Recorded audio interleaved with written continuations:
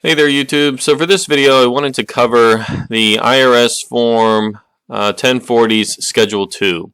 So Schedule 2 additional taxes, this is included with every type of Form 1040 filed, but it is also not uncommon for this to be blank, right? So if you're looking at your return and you see this blank, that might be okay. It doesn't mean that you missed something, but just double check to make sure none of these pieces would apply to your return. So I just want to go over high level parts 1 and 2 and the various line items that we have here and what each kind of additional form or tax might be a reference to and when you might need it, right? So if we start at the top here, the alternative minimum tax 6251, this is the AMT, right? So AMT is designed to make sure that taxpayers pay at least some type of minimum tax during the year. So if you're a taxpayer and you have, let's say, a lot of itemized deductions, or if you have large net operating loss carry forwards from current or prior years, and it basically wipes out all your federal taxable income, the AMT will kick in here as an additional computation to make sure you pay at least some type of minimum tax. And so if you find yourself in that position, you might have to include the 6251. Now, the excess advanced premium tax credit, the 8962, what is this attributed to? Well, if you pay for health insurance through one of the exchanges that was set up by the ACA, you are allowed to get an advanced tax credit to cover the monthly premium to help you pay the bill throughout the year. So let's say if you're a low-income taxpayer and your insurance premium is $500 a month, you might get an advanced tax credit, a premium tax credit of $400, which means that you only pay out of pocket $100 each month. Okay, so that's what helps you throughout the year to pay your health insurance plan. At the end of the tax year, though, you need to include 8962 to reconcile the insurance premiums that you had to pay, net of the tax credit, and then the IRS looks at your overall income and see whether or not you basically got too much of a credit during the year. If you got too much of a credit during the year, then there's going to be a credit repayment, and so that amount will be reflected here in line 2. Not always the case, doesn't always happen that way, but in some cases, if, for example, you said you were making X amount of money during the year and then it turns out that you ended up making more, the amount of advanced credit that you got each month was effectively too much, so you have to pay some of it back. Now, if we look at part 2 here, self-employment tax, tax schedule lessee.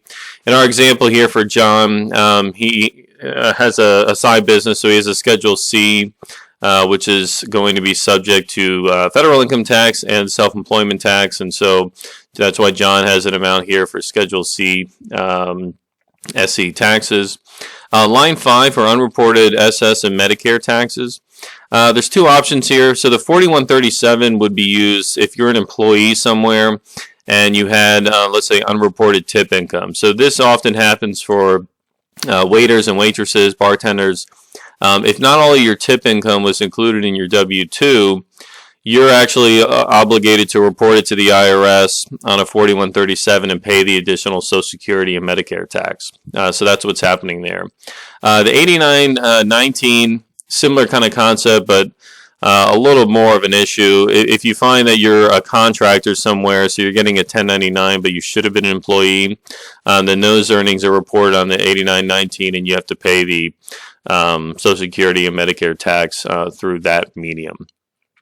Line 6 for additional tax on IRAs and other plans. This typically happens if you have excessive contributions to an IRA.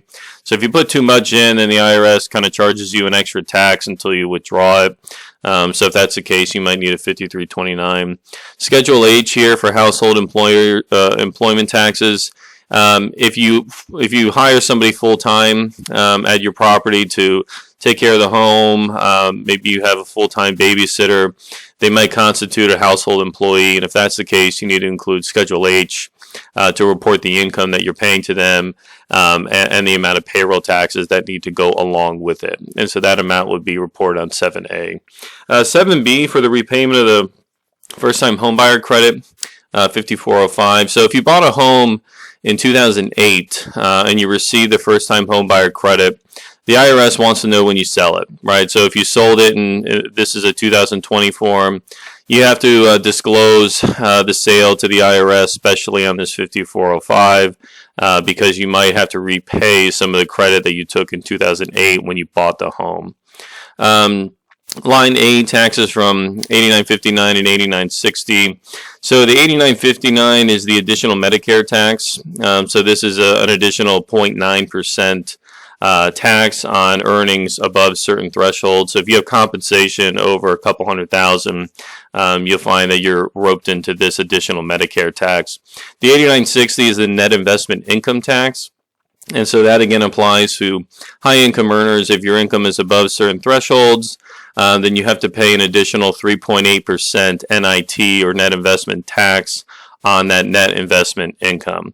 So if that applies to you, you'll include either one or both of these forms or none if your income is below those thresholds, and the total amount of tax will be entered there on line 8. Section 965 liability. So this is part of the Tax Cuts and Jobs Act, the TCJA. This line item is if you, as a U.S. shareholder, own an interest in a controlled foreign corporation and you had a deemed repatriation of those profits under Section 965.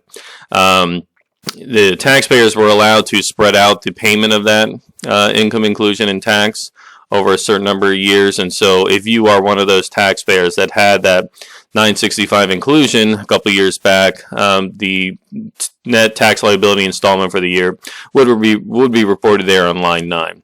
In this case, John didn't have anything like that, so his is just blank. Okay, so that covers it for Schedule 2. Again, just high level. I'll leave some links within the video to some of these other forms that I've done some tutorials on, so you can get some additional guidance that way.